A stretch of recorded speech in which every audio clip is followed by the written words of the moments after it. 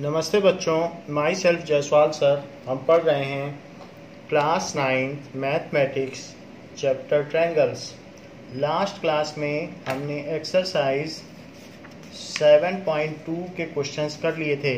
Now we will move ahead with some more criteria for congruence of triangles. अभी तक हमने 3 criteria देख लिए हैं। सो सम more criteria for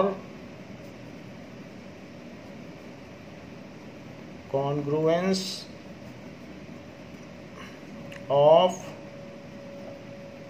triangles।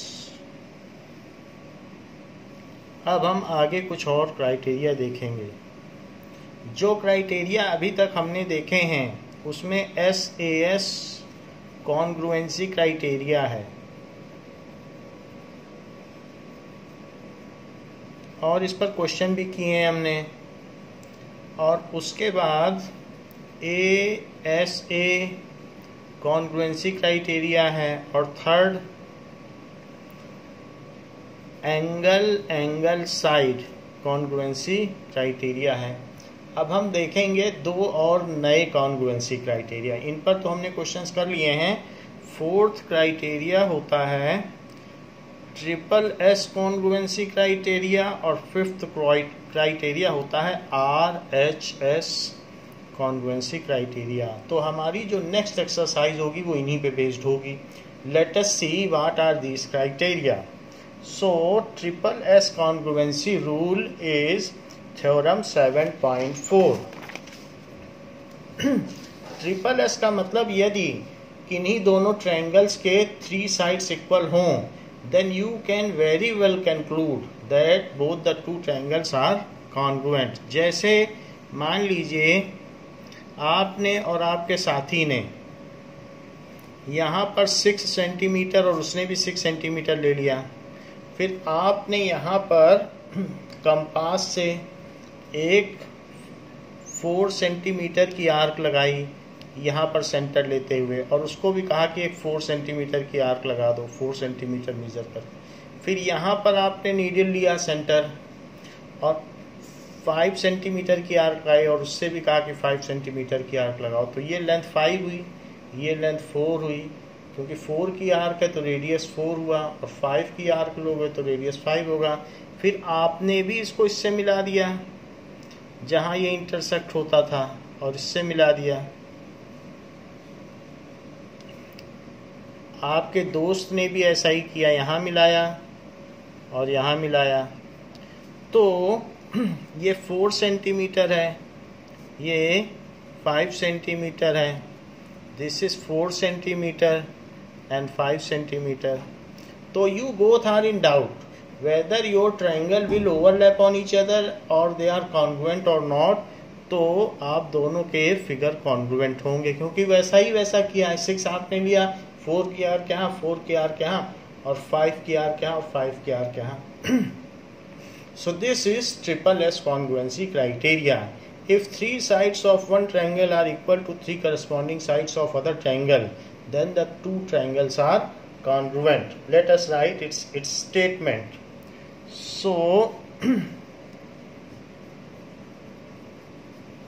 Theorem 7.4 बताई गई है SSS कॉन्ग्रुएंस रूल।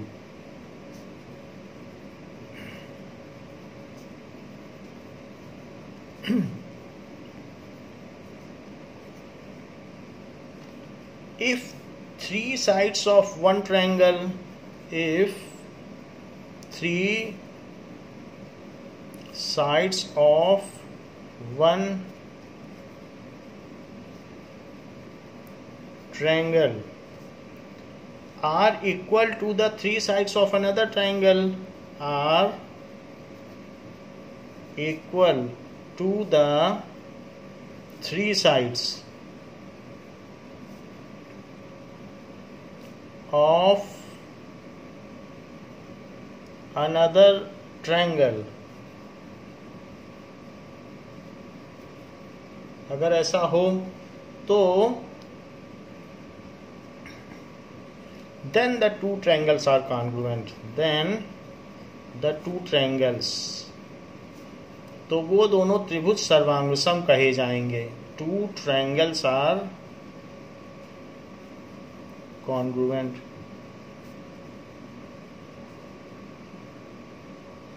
ऐसा कहा जाएगा. अगर थ्री साइड्स एक ट्रायंगल की दूसरे ट्रायंगल की थ्री साइड्स के इक्वल होगी तो उसे कॉन्ग्रुएंट कहा जाएगा. So now this is only can be proved by activity. However, there is a proof in other books and in next level we will see it because it is not given in your book. तो इसके proof की जरूरत नहीं है, आप इसे ऐसे ही ले लें कि थ्री साइड्स अगर एक ट्रायंगल की दूसरे की थ्री साइड के इक्वल होगी तो वो कॉन्ग्रुएंट होंगे. नेक्स्ट थ्योरम इज विद, जो नेक्स्ट थ्योरम है वो भी विदाउट प्रूफ है, RHS congruence rule. So theorem 7.5 इसको कहते हैं RHS कॉन्ग्रुएंस रूल.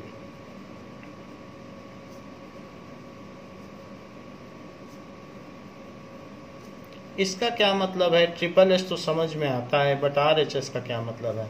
मान लीजिए कि टू ट्रायंगल्स हैं और वो दोनों राइट एंगल ट्रायंगल हैं. एक ट्रायंगल और दूसरा ट्रायंगल दोनों राइट एंगल ट्रायंगल हैं. तो if in two triangle one is the right angle, right angle equal होना चाहिए और राइट एंगल पर आपने एक साइड उठा ली. राइट एंगल है तो यहाँ पर आप एक साइड उठा दो. साइड और भी ऊपर जा रही थी तो आपने अपने मन से सोचा कि 4 सेंटीमीटर की साइड उठा लेते हैं. तो इसने भी कहा कि हम भी उठा लेते हैं, 4 सेंटीमीटर की इसने भी उठा ली. ये लाइन रैंडम थी, ये आगे तक भी थी, तो ये लाइन ऐसे आगे बढ़ी हुई थी. फिर अब आप दोनों ने जहाँ जहाँ कट किया वहाँ से आपने 6 सेंटीमीटर का इसको सेंटर लेते हुए एक आर्क डाला, ऐसे एक ऐसे आर्क. तो यहाँ पर एक आर्क डाल दिया 6 सेंटीमीटर का और अपने दोस्त से भी कहा कि वो भी इसको सेंटर लेते हुए यहाँ से एक आर्क डाल दे, तो उसने भी 6 सेंटीमीटर का आर्क ले लिया. तो जहाँ कट गया वो कट गया, जो फालतू बच गया उसे हटा दिया. यहाँ पर भी 4 तक ले लिया, बाकी फालतू हटा दिया. तो अब ये A B C और यहाँ पर भी D E F. Now you both are in doubt कि आप दोनों का जो ट्रायंगल है वो कॉन्ग्रुएंट होगा कि नहीं, क्योंकि ये लाइन जितनी लेनी थी आप लोगों ने ले ली, लेकिन इसमें तो 4 ही लिया ना दोनों ने, और फिर इस पर 6 पे ही कट किया, तो बड़ी लेने पर भी वो फालतू हिस्सा तो कट जाएगा. तो ऐसे केस में आप लोगों का ट्रायंगल चाहे ऐसे कितने भी ट्रायंगल बना लें वो कॉन्ग्रुएंट होगा. लेकिन RHS का मतलब क्या है? RHS का मतलब होता है कि राइट एंगल, एक हो गया राइट एंगल, तो राइट एंगल का R लिया गया है, राइट एंगल. और RHH का मतलब क्या होता है? Hypotenuse, that is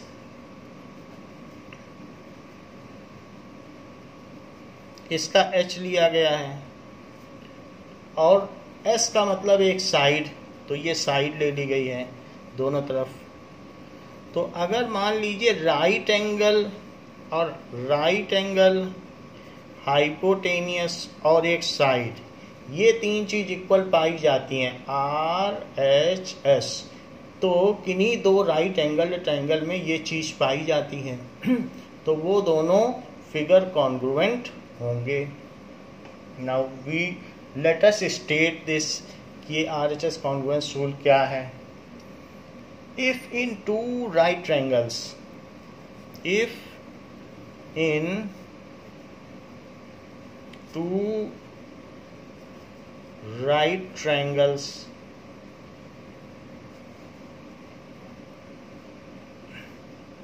the hypotenuse and one side of one triangle, the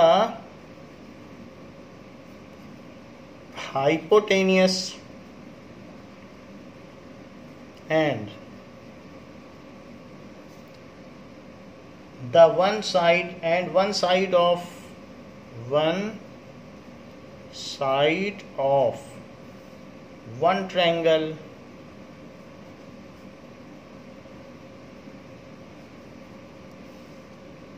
are equal to hypotenuse and one side of other triangle are equal to hypotenuse and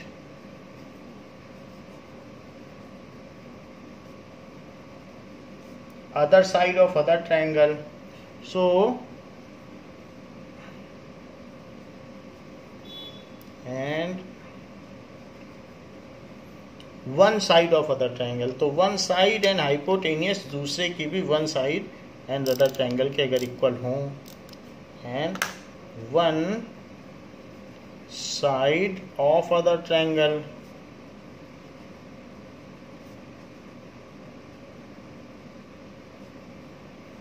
then the two triangles are congruent. Then the two triangles are congruent.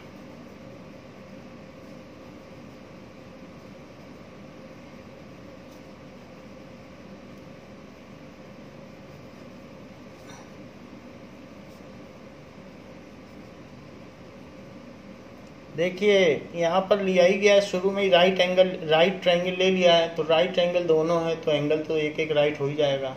और कहा है कि one side and hypotenuse, एक triangle की hypotenuse और कोई भी एक साइड, दूसरे की भी कोई भी एक साइड और हाइपोटेनियस इक्वल हो, ये तो आप लिटा सकते हो, उल्टा कर सकते हो, उससे कुछ फर्क नहीं पड़ता है। एक साइड और हाइपोटेनियस कॉन्ग्रुएंसी थोड़ी ना छूट जाएगी, अगर कोई भी चीज़ कोई भी शेप टेढ़ा मेढ़ा हो जाए, उल्टा लिटा दिया जाए, उससे कॉन्ग्रुएंसी पे नहीं फर्क पड़ता है, उसको सीधा करके ओवरलैप कर लिया जाएगा। तो इसलिए एक राइट एंगल ट्रायंगल में वन साइड एंड हाइपोटेनियस दूसरे के वन साइड और हाइपोटेनियस के इक्वल हों, then the two triangles are said to be congruent. तो ये जो आपको 5 स्टेटमेंट्स हैं, जो 5 थ्योरम हैं, इसमें से 4 थ्योरम है और एक एक्सियम है। पहला वाला जो SAS है वो एक्सियम है, तो उन सभी को आपको तैयार कर लेना है। Here RHS stands for right angle hypotenuse and side, जैसा कि आपकी बुक में दिया है, it stands for right angle hypotenuse and side. हमने लिख दिया है right angle hypotenuse and side. अब एग्जांपल 7 करते हैं।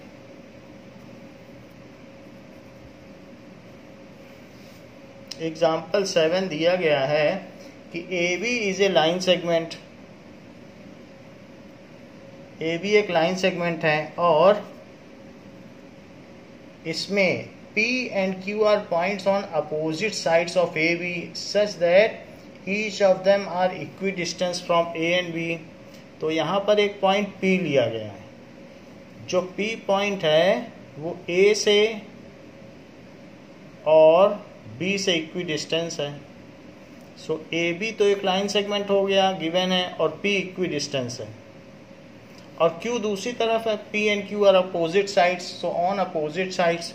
वैसे फिगर दिया हुआ है, क्वेश्चन बोल रहा है कि फिगर दिया हुआ है, तो यहाँ Q है, Q भी इक्विडिस्टेंस है, तो Q की जो इससे डिस्टेंस है वही Q की A से डिस्टेंस है, ये सो ये है, तो इसलिए इनकी भी डिस्टेंस सेम है।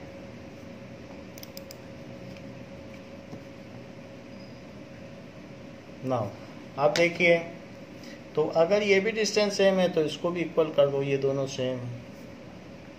अब क्या कहा गया है, so that PQ line is perpendicular bisector of AB, तो PQ लाइन भी एक बना दी गई, बोला शो दैट PQ लाइन, तो अब हमें PQ लाइन ड्रॉ कर लेनी चाहिए। PQ लाइन तो दिया क्या है, प्रूफ क्या करना है, गिवन है कि P is equidistant from A and B, PA is equals to PB, P and Q are on opposite sides of the line segment, and Q is equidistant from A and B, तो QA is equals to QB, ये भी दे दिया गया है। और आपसे कहा जा रहा है to prove PQ is perpendicular bisector, कि PQ इज परपेंडिकुलर, दो चीजें प्रूव करनी है, परपेंडिकुलर बाइसेक्टर। एक तो आपको प्रूव करना है कि 90 डिग्री है, दैट इज आप इसमें सी ले लें, सी दिया है क्वेश्चन में। सो यानी आपको क्या प्रूव करना है कि एंगल PCB 90 डिग्री है। एक तो ये परपेंडिकुलर है, ये वाली लाइन इस पर परपेंडिकुलर है, ये 90 डिग्री प्रूव करना है, और बाइसेक्टर भी है इस साइड का, यानी AC is equals to BC। ये दो चीजें प्रूव करनी है। इसके लिए हम एक ट्रिपल एस कॉन्ग्रुएंसी लगाएंगे और ये दिखा देंगे कि इस पे लगाओ, इस वाले ट्रायंगल और इस ट्रायंगल को। तो हमारे पास दो ट्रायंगल हैं, दोनों पे ट्रिपल एस कॉन्ग्रुएंसी लगा दीजिए। एक इधर वाला ट्रायंगल है और एक उस साइड वाला है। तो ये बहुत आसान होगा लगाने के लिए, क्योंकि एक आर्म कॉमन है और बाकी दो आर्म तो इक्वल ही है, तो इसलिए फिर उसकी CPCT यूज करेंगे। तो सबसे पहले हम ट्रिपल एस कॉन्ग्रुएंसी लगाएं और इसका प्रूफ देखें। Now let us prove it कि ये परपेंडिकुलर बाइसेक्टर है। तो प्रूफ इन ट्रायंगल उसी ऑर्डर में लीजिएगा, PAQ एंड ट्रायंगल PBQ। तो PAQ और PBQ इस तरीके से हमने ले लिया। Now PA is equals to PB, ये गिवन है क्योंकि P इज इक्विडिस्टेंस, P दोनों से बराबर दूरी पर है, और QA is equals to QB। तो QA और QB के इक्वल है क्योंकि ये भी तो इक्विडिस्टेंस है, ये भी गिवन है। और PQ, दोनों में PQ एक ही जैसा पड़ रहा है, PQ। तो PQ is equals to PQ, ये क्यों? क्योंकि ये कॉमन है, तो इसलिए ये इक्वल होगा। So it is common.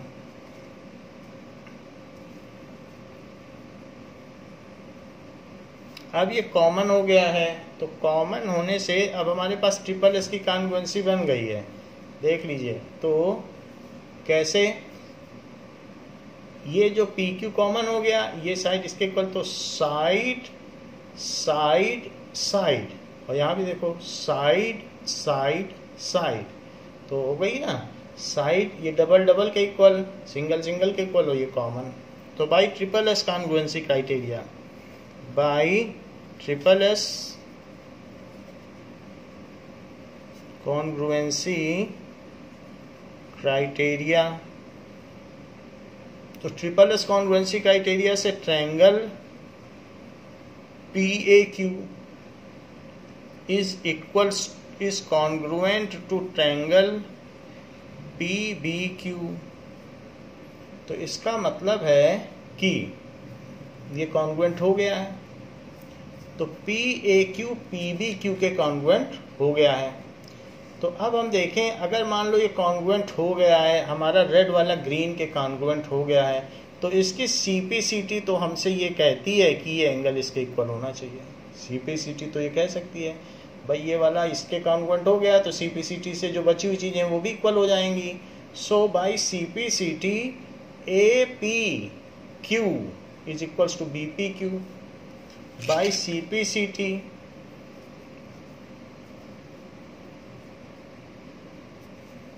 Angle APQ is equals to angle BPQ। ये चीज कर ली हमने। तो अब देखिए हमने यहाँ पर ऐसा काम कर लिया कि एक ये जो चीज थी, ये देखिए, तो जब ये कॉन्ग्रुएंट हो गया ट्रिपल एस से, तो फिर हमने क्या कर लिया कि इस एंगल को इसके CPCT से कर लिया। अब आप क्या करें, इसके आगे जब ये CPCT से हो गया है तो छोटे छोटे ट्रायंगल लो, ये छोटा और ये छोटा, पहले पूरे को कर लिया, अब छोटे छोटे को कॉन्ग्रुएंट करो। इन ट्रायंगल APC, इतने को लेना बस, और उधर APC लिया तो BPC, एंड ट्रायंगल BPC, तो APC और BPC ले लीजिए। अब हमारा काम इतने का है, और दूसरी तरफ भी BPC ले लेना, सिर्फ ऊपर ऊपर का। अब जरा देखो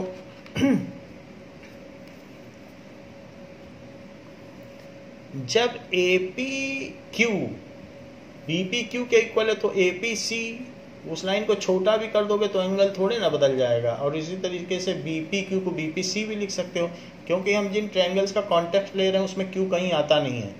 सो angle APC is equal to angle BPC, और बाकी आप इसका रेफरेंस दे दो फ्रॉम इक्वेशन 1। इक्वेशन 1 से हमने ऐसा किया है कि Q की जगह हमने उसको छोटा करके C लिख दिया, एंगल तो वही रहेगा। तो ये चीज हो गई। अब देखिए AP किसके इक्वल है? BP के, ये तो गिवन ही था। पहले बड़े बड़े ट्रायंगल को कॉन्ग्रुएंट किया, उसकी CPCT से एक एंगल इक्वल किया, अब छोटे छोटे ट्रायंगल को कॉन्ग्रुएंट कर रहे हैं। तीसरी चीज PC दोनों में कॉमन है, चेक कर लीजिए, PC यहाँ भी है और PC यहाँ भी है, तो इसलिए PC is equal to PC,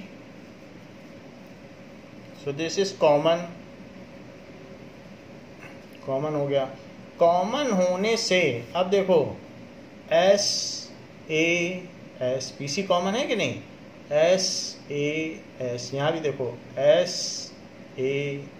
SAS का क्राइटेरिया लगा दो, तो SAS तो एक्सियम होती है। So by SAS congruency criteria, तो जो हमारा APC था वो अब BPC, जिन ट्रायंगल्स को लिया था वो कॉन्ग्रुएंट हो गए। APC and BPC are congruent.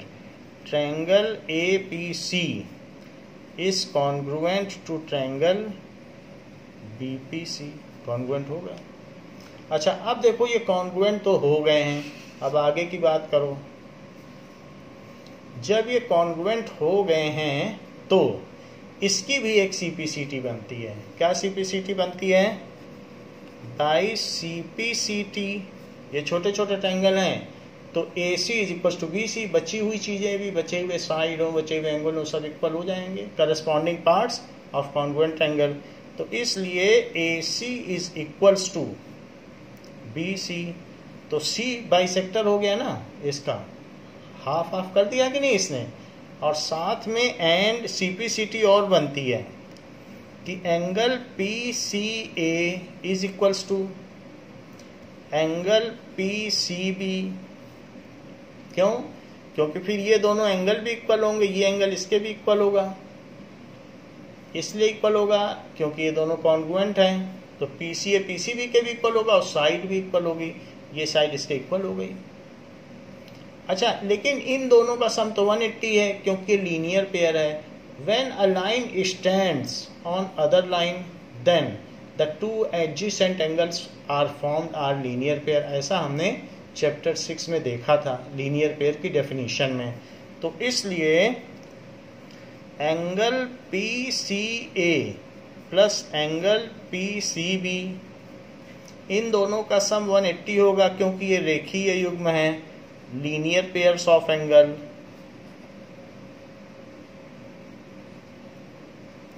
But PCA और PCB तो सेम है, तो इसको भी आप एक इक्वेशन का नाम दे दें, 1 पहले ली जा चुकी, इसे आप 2 दे दें। तो इसलिए अब 2 बार लिख लो, PCA लिखा ही है और PCB की जगह भी PCA लिख लो, PCA भी लिख लो, क्योंकि दोनों सेम है तो हम PCB की जगह PCA लिख सकते हैं, तो हमने लिख लिया। इन दोनों का सम तो 180 है ना भाई, पूरे एंगल का सम लोगे तो कितना आएगा बताओ? 180 आएगा।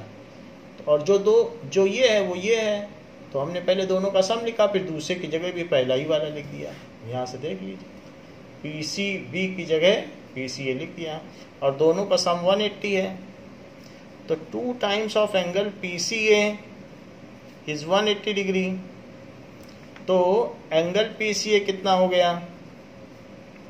180 डिग्री बाई 2, तो 180 डिग्री बाई 2 से कितना आ गया 90 डिग्री। तो एंगल PCA इज 90 डिग्री। इसको रेक्टेंगल में डाल दो और इसको भी हाईलाइट कर दो कि AC is equal to BC, कि बाइसेक्ट भी कर रहा है और परपेंडिकुलर भी है, यानी अब ये दोनों परपेंडिकुलर हो गए। एक परपेंडिकुलर हुआ तो दूसरा भी, एक 90 हुआ तो दूसरा भी 90 हो जाएगा, क्योंकि टोटल तो 180 है। तो हमने PCA को 90 दिखा दिया है, बस इतना काफ़ी है।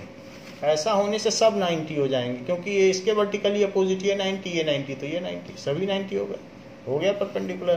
तो इसलिए अब हम कह सकते हैं कि इन दोनों से कि जो PQ है, सो PQ इज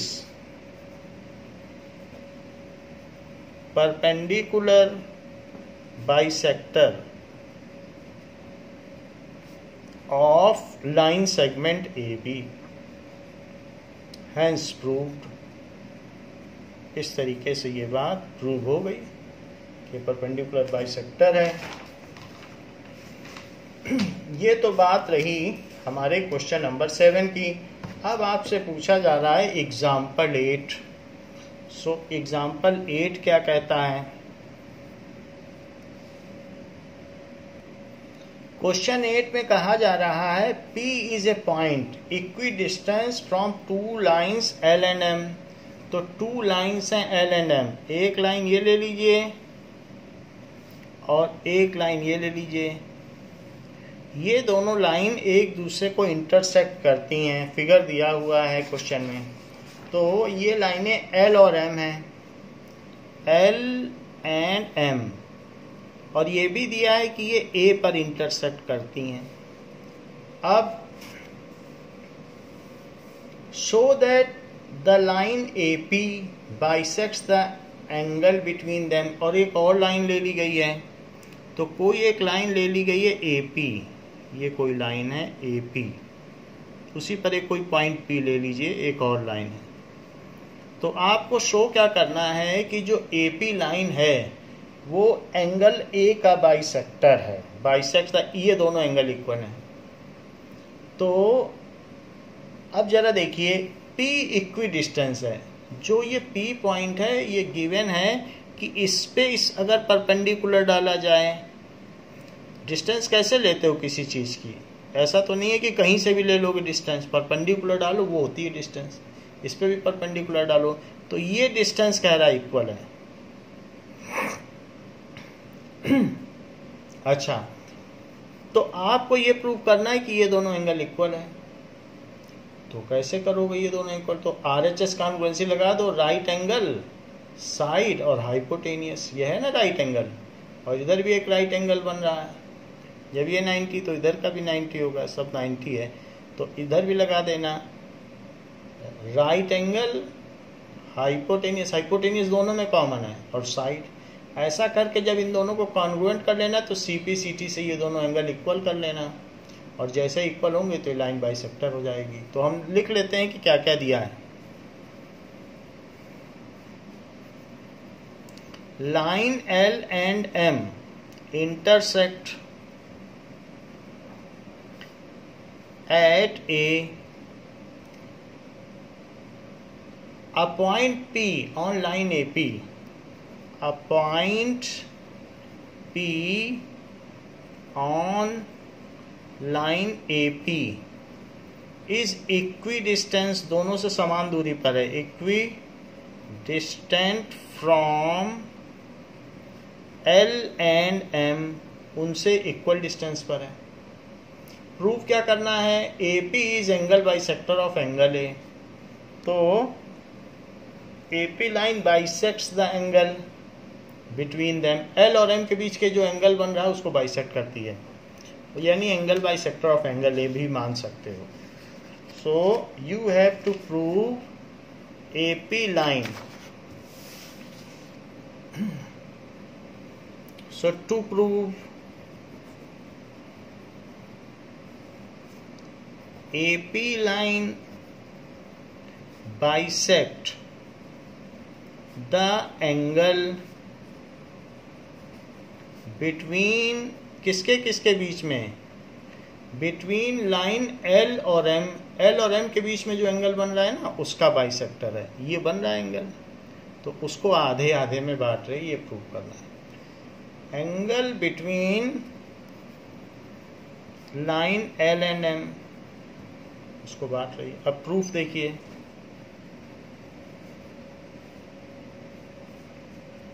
नाउ तो इसके लिए अब हम क्या करेंगे, दो ट्रायंगल ले लें। इन ट्रायंगल, इस पर ये जो पॉइंट है जहां परपेंडिकुलर पड़ रहा है इसको भी कोई नाम दे दें, दैट इज बी एंड सी दे दें। बुक में बी एंड सी दिया है तो बी एंड सी दे दें। तो in triangle A B C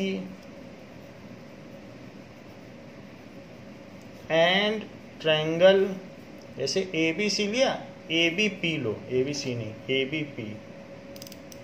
in triangle A B P and इधर से ए बी पी तो इधर से ए सी पी, उसी ऑर्डर में लो, ए सी पी, दो ट्रायंगल ले लिया। अब जरा चेक करो, तो ये इक्वी डिस्टेंस है, तो डिस्टेंस इक्वी डिस्टेंस कैसे होती है, पहले तो परपेंडिकुलर डालोगे और फिर बोलोगे कि डिस्टेंस इक्वल है। सो इसलिए यहाँ पर पी बी किसके इक्वल है, पी बी पी सी के इक्वल है, ये गिवन है कि इक्वी डिस्टेंस है। और एंगल पी बी ए क्या है, चेक करो, पी बी ए 90 डिग्री है, इसको 90 दिखा देते हैं, दिस इज 90 डिग्री। और पी सी बी क्या है, ये भी तो 90 है, तो इसलिए is equals to angle P C A. तो पी बी ए भी 90, पी सी ए भी 90, ईच 90 ये, और दोनों में ही पी ए है, देख लो, पी ए लिख लो या एपी लिख लो, कोई बात नहीं, एक ही बात है, हाइपोटेनियस है। सो एपी भी लिख सकते हो। So AP is equals to AP भी लिख सकते हो, तो ये कॉमन। तो यहाँ पर आप देख लीजिए, ये चीज हमने ली राइट एंगल, तो यहाँ लिख लीजिए, लिखना हो तो आप ऐसे लिख सकते हो, राइट एंगल, ये क्या है, हाइपोटेनियस, और ये पी बी इसकी एक साइड है। कुछ लोग ऐसा लिखते हैं, कुछ लोग नहीं लिखते हैं, तो आपकी मर्जी है, ऐसा चाहो तो लिख सकते हो। Now by R H S congruency, तो बुक तो ऐसा नहीं लिख रही है, बट किसी किसी टीचर, कोई टीचर बताता है लिख दो, बुक में नहीं लिखा हुआ है। So by R H S congruency हमने एक एंगल ले लिया, एक साइड ले ली और एक हाइपोटेनियस, तो दोनों में एंगल हो गया राइट एंगल, एक साइड हो गई और एक हाइपोटेनियस, हाइपोटेनियस तो कॉमन हो गया। तो by R H S congruency criteria, तो इस क्राइटेरिया से क्या हो गया कि जो भी हमने ट्रायंगल लिए थे अब वो कॉन्ग्रुएंट हो जाएंगे। तो इसलिए जो भी आपने लिया था, कौन कौन से ट्रायंगल लिए थे, ए पी बी और ए सी पी, वही ले लो। A P B, triangle A P B is congruent to triangle A C P. अब ये हो गए कॉन्ग्रुएंट। अब कॉन्ग्रुएंट हो गए हैं तो सी पी सी टी लगाओ, by C P C T, तो B A P is equals to C A P, ऐसा सी पी सी टी से हो गया। So A P bisects angle B A C, so A P bisects angle B A C को bisect कर रही, क्योंकि ये दोनों एंगल अब इक्वल हो गए, ये और ये इक्वल हो गए, बाइसेक्ट एंगल बी ए सी। यही आपसे पूछा गया था कि उन दोनों रेखाओं के बीच में अंतरित कोण को ये समद्विभाजित करती है। The angle subtended between these two lines is bisected by AP line, hence proved. तो ये प्रूव हो गया। अब देखो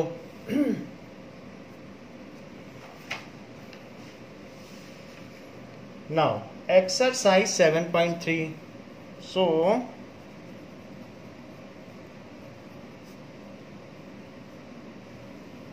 इसका फर्स्ट क्वेश्चन क्या कहता है? फर्स्ट क्वेश्चन के लिए डायग्राम दिया हुआ है। फर्स्ट क्वेश्चन का डायग्राम कुछ इस तरीके से है, जिसमें कि ए बी सी और ये डी है, ये डी हो गया ऐसे, और ये पी है। गिवन में क्या है? गिवन में कहा गया है triangle A B C and D B C are two isosceles triangle. A B C भी आइसोसेलेस है और डी बी सी भी आइसोसेलेस है।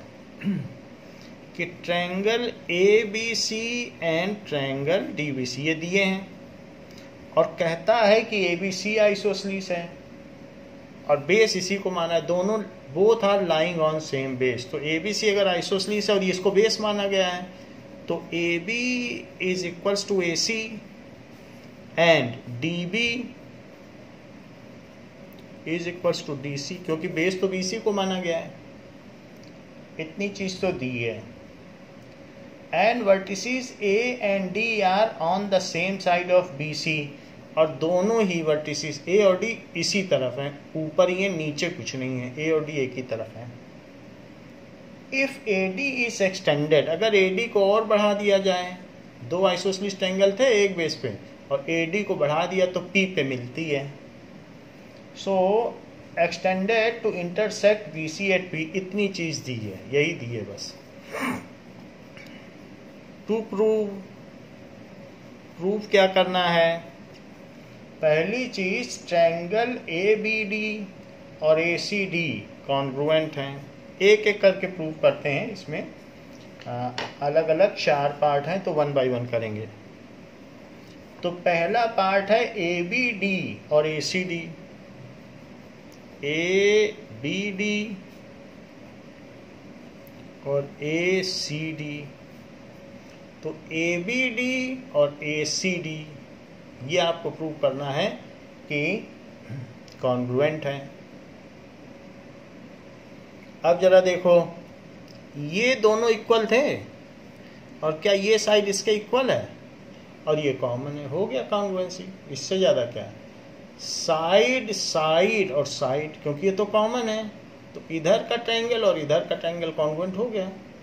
सो इसलिए प्रूफ देखिए, triangle A B D, triangle A B D and triangle A C D, बिल्कुल उसी order में लेना, A B D A C D, A C D. A B is equals to A C, in भी लिख लो, in triangle. So in triangle A B D, तो A B is equals to A C, और B D is equals to C D, B D is equals to C D. ऐसा क्यों? ये given है कि दो आइसोसेलेस ट्रायंगल हैं, ऐसा ऊपर गिवन है। अच्छा, ए डी, दोनों में ए डी आ रहा है और उसी ऑर्डर में आ रहा है, सो ए डी कॉमन है। सारी साइड साइड हो गई, तो 3 साइड्स हो गई। So by triple S congruency criteria,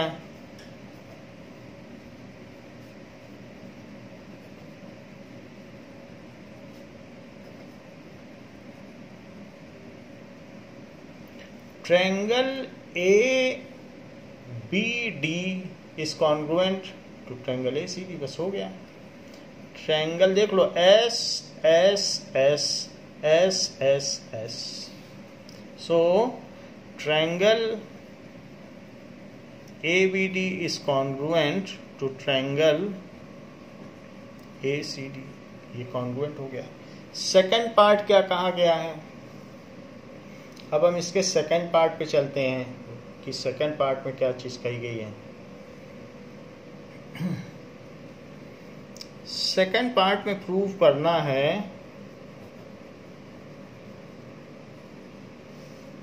कि triangle APB is congruent to triangle ABP। Triangle ABP कहाँ है? अब कह रहा आप पूरे को करो, पहले तो छोटे छोटे को कर लिया आपने, अब आप पूरे को करिए ABP। और साथ में ये भी कह रहा है कि इसको कॉन्ग्रुएंट प्रूव करिए ACP के, तो ABP और ACP, तो ABP is congruent to triangle ACP, ये चीज करनी है। तो प्रूफ देखिए, तो आपको क्या चीज दी गई है, आपको एक ट्रायंगल दिया गया है और ट्रायंगल में इसको ऐसे मिला दिया गया है और यहाँ पर एक पॉइंट ABC और यहाँ पर D दिया गया है और ये P है, इतनी बात दी गई और आपसे ये प्रूफ कराया जा रहा है कि प्रूफ करिए कि ये पूरा और इधर वाले पूरे के इक्वल है। तो आप इसकी CPCT एक्सट्रैक्ट करो। इसकी CPCT क्या कहती है कि BAD बताओ किसके इक्वल होगा, BAD CAD के इक्वल होगा। जब ये दोनों ट्रायंगल, ये वाला और ये वाला ट्रायंगल आपस में कॉन्ग्रुएंट हो गए ये दोनों, तो क्या इनके ये एंगल इक्वल नहीं होंगे? ये होंगे, क्योंकि जब दो ट्रायंगल एक बार कॉन्ग्रुएंट हो जाते हैं तो उनके बाकी बचे हुए पार्ट भी इक्वल हो जाते हैं। तो by CPCT of one,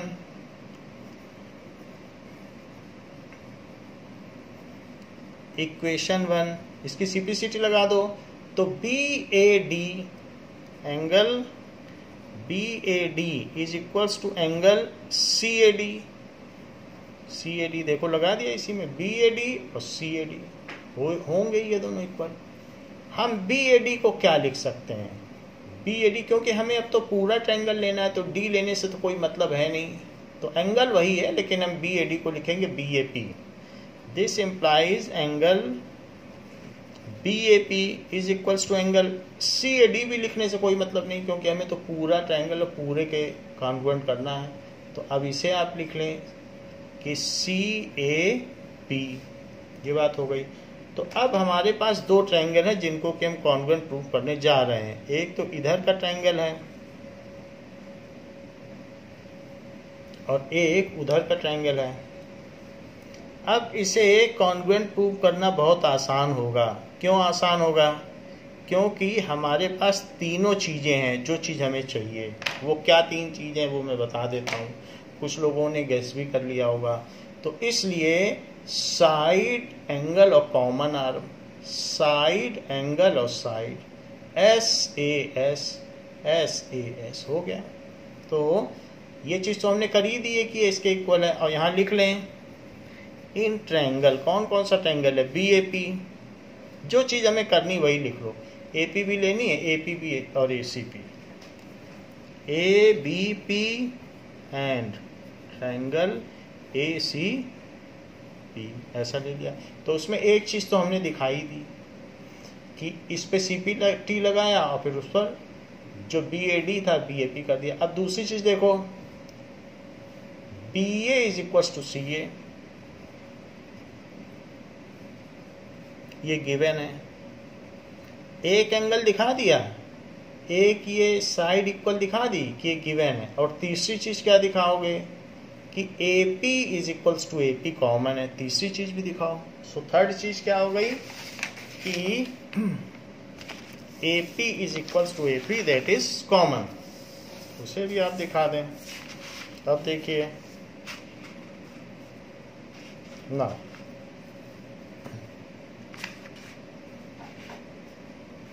so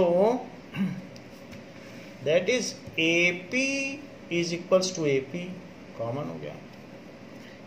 AP is equals to AP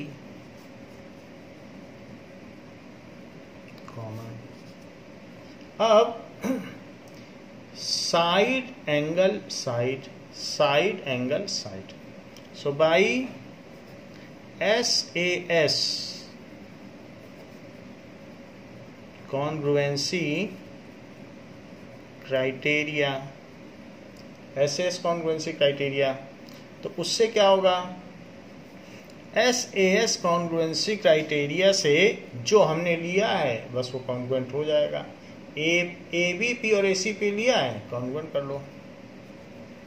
ABP यानी ABP और ACP ये कॉन्ग्रुएंट हो गया, हैंस प्रूव्ड।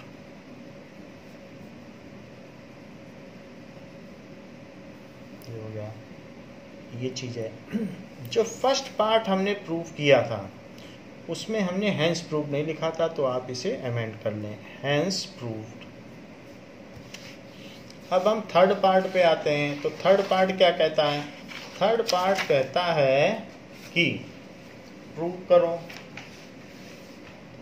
कि AP bisects angle A as well as angle D। Third part में to prove AP bisects angle A as well as angle D, ये चीज आपको प्रूव करनी है। तो अब जरा देखें कि ये जो हमारा डायग्राम है इसमें हमने पहले ही ये प्रूव कर दिया है कि BAP इज CAP। ये आप इसे सेकंड इक्वेशन डाल दें। देखो BAP और CAP, तो AP जो है A को तो बाइसेक्ट कर ही रहा है यहाँ पे, क्योंकि ये दोनों एंगल इक्वल हो गए। अब आपको D को बाइसेक्ट और दिखाना है कि D को भी कर रहा है, तो D के लिए हम चेक कर लेंगे, लेकिन A को तो कर रहा है। सो इसलिए from equation 2 BAP is equals to angle CAP, यही चीज हमने 2 में लिखी थी। So AP bisects angle A, यहां तक तो बात हो गई। अब हम इसको D को कैसे बाइसेक्ट दिखाएं। D को दिखाने के लिए आप इसमें ट्रिपल S का कॉन्ग्रुएंसी रूल लगा दें। तो ट्रिपल S कॉन्ग्रुएंसी रूल कैसे लगाएंगे, आप CP/CT उठा लें बड़े वाले की, तो ये चीज इसके इक्वल हो जाएगी और ये कॉमन हो जाएगी, तो अपने आप ट्रिपल S लग जाएगा कि नहीं दोनों में। तो मैं ऐसा करता हूँ, ये जो बड़ा वाला ट्रायंगल इसकी CP/CT उठा के BP को CP के इक्वल दिखा देता हूँ। तो अभी थोड़ी देर पहले हमने प्रूव भी किया है, इसको आप थर्ड इक्वेशन कह दें। So this is third equation.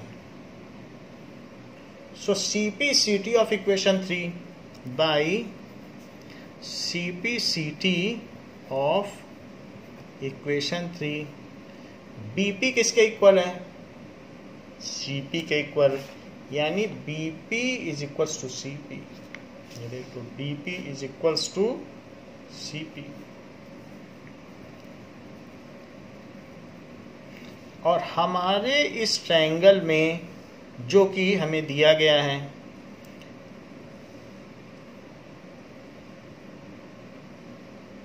A B C D और P, तो हमने BP को तो इसके इक्वल दिखा दिया, ये इसके इक्वल है ही क्योंकि ये तो गिवन है।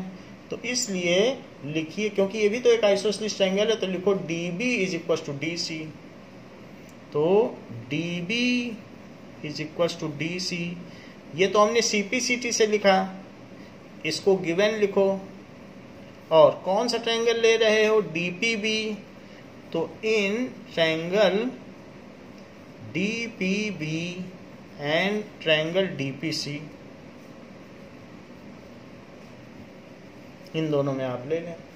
अब dp दोनों में कॉमन होगा, इसमें भी dp आ रहा है इसमें भी, तो dp is equals to dp, ये कॉमन है। ऐसा होने से बाई एस एस एस, अब ये भी तो कॉमन है ना, तो ट्रिपल एस हो जाएगा, S S S S S S. So by triple S congruency criteria, इससे क्या हो जाएगा, triangle DBP is congruent to triangle DCP, तो DBP DCP के कॉन्ग्रुएंट हो गया। अब अगर कॉन्ग्रुएंट हो गया तो इसकी CPCT क्या कहती है, by CPCT BDP angle BDP, क्योंकि ये दोनों ट्रायंगल हमने कॉन्ग्रुएंट कर लिए हैं, तो हम अब इस एंगल को इसके इक्वल कह सकते हैं, क्योंकि कॉन्ग्रुएंट ट्रायंगल के इक्वल पार्ट्स होते हैं, जो भी करस्पॉन्डिंग पार्ट्स होते हैं। तो BDP is CDP, BDP is CDP।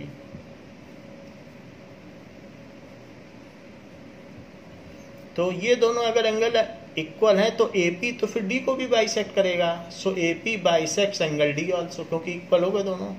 So AP bisects angle D also. तो एक जगह AP बाइसेक्ट एंगल A है, तो यहां पर इसको ऐसे कर लो, और AP बाइसेक्ट D ऑल्सो, इसको भी ऐसे कर लो, फिर लिख दो हैंस प्रूव्ड। तो ये दोनों को बाइसेक्ट कर रहा है। बात पूछी गई है AP is perpendicular bisector of BC, तो फोर्थ पार्ट में ये बात कही गई है, to prove AP is perpendicular bisector of BC, BC का परपेंडिकुलर बाइसेक्टर है। प्रूफ देखिए, ऐसा ही क्वेश्चन हमने थोड़ी देर पहले किया है। तो अब जरा देखो कि ये दोनों तो यहाँ पर कॉन्ग्रुएंट हो चुके हैं, तो हमने वो कॉन्ग्रुएंसी दिखाई भी है कि DBP और DCP, तो ये जो हमने कॉन्ग्रुएंसियाँ दिखाई है इसको भी एक नाम दे दो, इसको नंबर 4 डाल दो, इस ये काम में आ जाएगी। तो इसलिए BP किसके इक्वल हो गया, BP is equal to DC। So by CPCT of equation 4, equation 4 की CPCT लगाओ, तो BP, क्योंकि ये दोनों छोटे छोटे ट्रायंगल हैं, तो BP CP के इक्वल हुआ, तो BP is equals to CP। और एक और इसकी CPCT बनती है, एंड DPA DC DPC के भी इक्वल होगा। ये दोनों एंगल भी तो इक्वल होंगे भाई, ये दोनों कॉन्ग्रुएंट है तो ये दोनों एंगल इक्वल होंगे। एंड दूसरी CPCT क्या है, DPA is equals to DP, तो DPB is equals to DPC, DPA नहीं होगा, DPB होगा, DPB is equals to DPC। ये देखो DPB और DPC ये दोनों इक्वल हो गए। 2 CPCT निकाली इसमें से, ये जो था इसकी 2 CPCT है, लेकिन ये दोनों एंगल क्या हैं, लीनियर पेयर हैं, क्योंकि जब एक लाइन पे दूसरी लाइन स्टैंड होती है तो एडजेसेंट एंगल लीनियर पेयर होते हैं। तो DPB और DPC का सम 180 लिखो, बट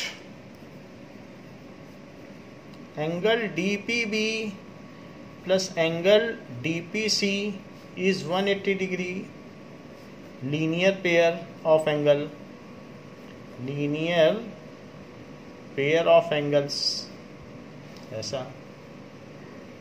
और अब ये जो 5th इक्वेशन है, ये वैल्यू इसमें डाल दो, दोनों को DPB ही लिख दो, DPC है उसकी जगह भी DPB लिख दो, क्योंकि जब दोनों इक्वल हैं तो एक ही चीज लिखी जा सकती है। Now 2 times DPB is 180 degree. ऐसा एक सवाल पहले भी किया था। तो DPB is 180 degree by 2। So DPB क्या हो गया? DPB 90 डिग्री हो गया। एक चीज़ तो मैंने ये बता दी कि BP is equals to CP, और एक DPB 90 डिग्री हो गया। दो चीज़ बता दी। अब अगर दो चीज़ आपने इस ट्रायंगल में बता दी कि पहली चीज़ क्या बताई कि BP is equals to CP, ये बता दी, और ये बता दिया कि DPB ये 90 डिग्री है। अब और बताने को क्या रह गया? 90 भी है और बाइसेक्ट भी कर रहा है। दो ही चीज़ तो होती है। 90 हो गया तो ये भी 90 हो जाएगा, क्योंकि ये और ये तो इक्वल कर ही दिए थे, CP/CT से यही कर दिए थे। तो इसलिए एक 90 दिखाना बहुत है, दो 90 नहीं दिखानी चाहिए। तो AP is perpendicular bisector, so AP is perpendicular bisector of BC, hence prove. इस तरीके से ये चीज़ प्रूव हो गई। तो ये हमने इसका फर्स्ट क्वेश्चन कर लिया है। तो बच्चों इस क्लास के लिए इतना ही। इसके आगे के इस चैप्टर के नेक्स्ट क्वेश्चंस हम नेक्स्ट क्लास में करेंगे। थैंक यू बच्चों।